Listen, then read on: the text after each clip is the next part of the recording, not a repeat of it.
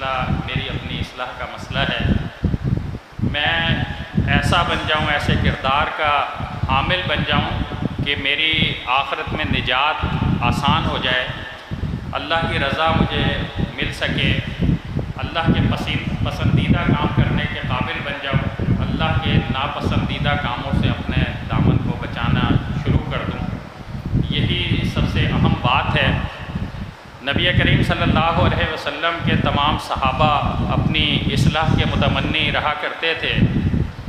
ہمارے اسلاف، آج میں سلف میں سے کسی کا قول پڑھ رہا تھا، انہوں نے کہا کہ میں نے علم اس لیے حاصل نہیں کیا کہ لوگوں کو میرے علم کی ضرورت ہے، میں نے علم اس لیے حاصل کیا کہ مجھے اپنے علم کی ضرورت ہے تاکہ میں عمل کروں، میں اپنی اصلاح کروں۔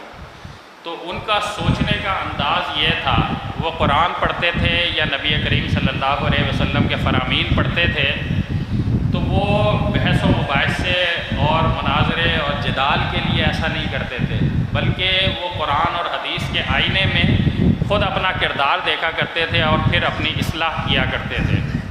آج کے دور میں ظاہر ہے نبی کریم صلی اللہ علیہ وسلم اللہ کے آخری پیغمبر ہیں اور آپ کے بعد کوئی نبی آنے والا نہیں ہے۔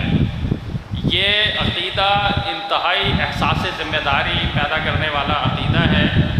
نبی کریم صلی اللہ علیہ وسلم کے صحابہ اس عقیدے کو اچھے طریقے سے جانتے تھے، پہچانتے تھے۔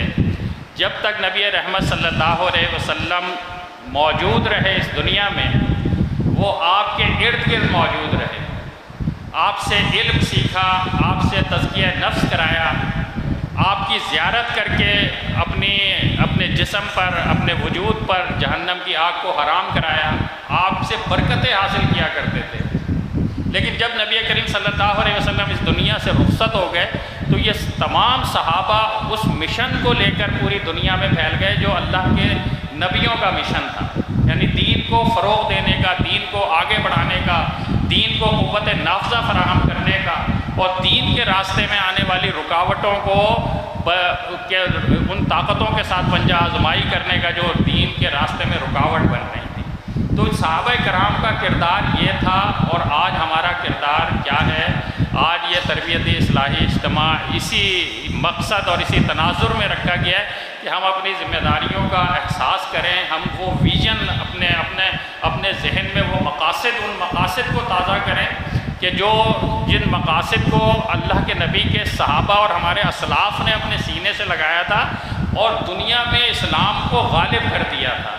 تو آج بھی اسی سوچ کی، اسی جذبے کی، اسی جوش کی، اسی فکر کی، اسی ویژن کی ضرورت ہے جس کے تحت آج ہم یہاں پر جمع ہوئے، اور ہم میں سے جتنے بھی ہمارے مقررین تھے انہوں نے اسی حوالے سے زیادہ تر باتیں کی ہیں۔ اب میں اگلے مقرر آج کی نشست کے دعوت خطاب دینے لگا ہوں۔ ظاہر ہے زمانہ بدلتا ہے، زمانے کے تقاضے بدلتے ہیں۔ نبی کریم صلی اللہ علیہ وسلم اور آپ کے صحابہ کے دور میں تلوار بازی ہوتی تھی، تیر اندازی ہوتی تھی، گھوڑ سواری ہوتی تھی، یہی طاقت کے مظاہر تھے، اور زمانہ بدلتا گیا اور آج طاقت کے مظاہر کیا ہیں؟